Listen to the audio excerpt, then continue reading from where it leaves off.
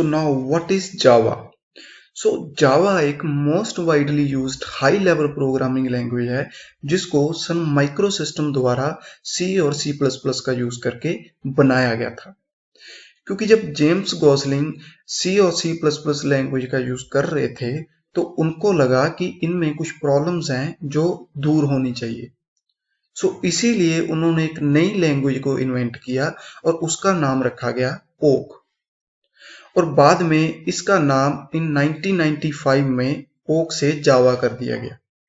और आज के टाइम में जावा मोस्ट पावरफुल प्रोग्रामिंग लैंग्वेजेस में से एक है, क्योंकि जावा बहुत सारी एप्लीकेशंस में यूज होता है, जैसे कि mobile applications, web applications, desktop applications, gaming applications, enterprise applications और बिजनेस एप्लीकेशंस।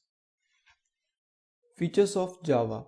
जावा के ऐसे बहुत सारे फीचर्स हैं जिनकी वजह से Java most powerful programming languages में से एक है, और इस वीडियो में हम उन्हीं में से कुछ इंपॉर्टेंट फीचर्स के बारे में बात करने वाले हैं। जावा का जो हमारा फर्स्ट फीचर है वो है ऑब्जेक्ट ओरिएंटेड प्रोग्रामिंग, मीन्स ऊप।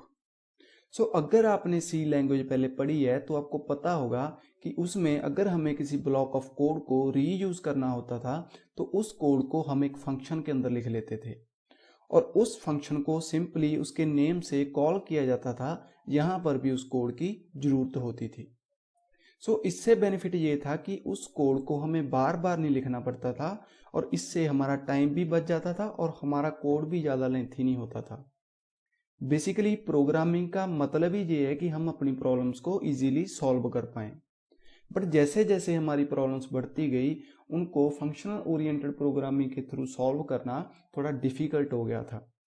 फॉर एग्जांपल, अगर एक कार के शोरूम को अपने डेटा को मेंटेन करके रखना है तो उसको फंक्शनल ओरिएंटेड के थ्रू अचीव करना थोड़ा डिफिकल्ट है, क्योंकि यहाँ पे डेटा बहुत ज़्यादा बाइट होने वाला है और इतने बड़े डेटा को फंक्शनल ओरिएंटेड प्रोग्रामिंग के थ्रू मेंटेन करना थोड़ा डिफिकल्ट है। बेसिकली यहाँ पे एक ऐसी प्रोग्रामिंग लैंग्वेज की जरूरत है जिसकी मदद से हम इतने बड़े डेटा को इजीली मेंटेन करके रख सकते हैं। इसीलिए ऑब्जेक्ट ओरिएंटेड प्रोग्रामिंग के कंसेप्ट को इंट्रोड्यूस किया गया था और आजकल की सभी मॉडर्न प्रोग्रामिंग लैंग्वेजेस में ये ऑब्जेक्ट ओरिएंटेड प्रोग्रामिंग के कंसेप्ट को फॉलो किया जाता है। जावा का जो हमारा सेकंड फीचर है वो है प्लेटफॉर्म इंडिपेंडेंट। जावा एक प्लेटफॉर्म इंडिपेंडेंट प्रोग्रामिंग लैंग्वेज है। प्लेटफॉर्म इंडिपेंडेंस का मतलब होता है कि हम एक प्रोग्राम को किसी दूसरे प्लेटफॉर्म पे, किसी दूसरी मशीन पे एग्जीक्यूट करवा सकते हैं उस कोड को उस मशीन पे दोबारा लिखे बिना, क्योंकि जावा का जो कोड है वो एक्चुअल में जेवीएम पे एग्जीक्यूट होता है, ना कि सीपीयू पे। इसको हम थोड़ा एक एग्जांपल से समझते हैं। मान के चल लीजिए आपने एक जावा प्रोग्राम लिखा है विंडोज ऑपरेटिंग सिस्टम पे, और जब भी आप उस जावा प्रोग्राम को कंपाइल करोगे तो एक डॉट क्लास फाइल जनरेट होगी और उस डॉट क्लास फाइल में उस जावा प्रोग्राम का बाइट कोड वर्जन होगा और इस डॉट क्लास फाइल को आप दूसरे ऑपरेटिंग सिस्टम पे, यूनिक्स और मैक पे एग्जीक्यूट करवा सकते हैं और आपको सेम ही आउटपुट मिलेगा। जावा का जो हमारा अगला फीचर है वो है कि जावा एक simple and secure programming language है। जावा प्रोग्रामिंग सिंपल इसीलिए है क्योंकि इसमें कोड करना इजी होता है और जावा में ऐसी बहुत सारी प्री डिफाइंड लाइब्रेरीज और फंक्शंस अवेलेबल हैं जो हमारे कोड को और भी ज़्यादा सिंपल बना देती हैं। फॉर एग्जांपल, अगर आपको अपने डेटा को मैनेज करके रखना है तो उसके लिए आपको खुद से कोड लिखने की ज़रूरत नहीं है, क्योंकि जावा में ऑलरेडी JDBC लाइब्रेरीज अवेलेबल हैं जिसकी मदद से आप उस डेटा को इजीली मैनेज करके रख सकते हैं।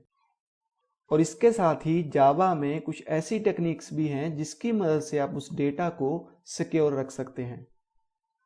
इसके बाद जावा का जो हमारा अगला फीचर है वो है रोबस्ट।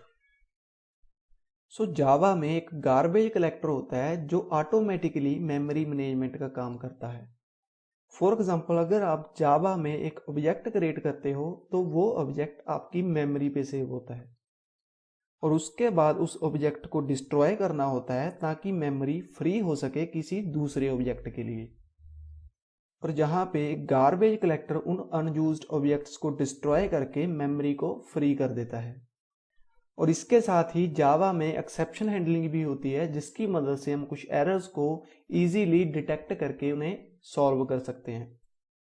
फॉर एग्जांपल, आपने कोड लिखा है किसी फाइल को रीड करने के लिए, और जब आप उस प्रोग्राम को रन करोगे और अगर उस प्रोग्राम को वो फाइल नहीं मिलती तो वहां पे एक्सेप्शन आएगी।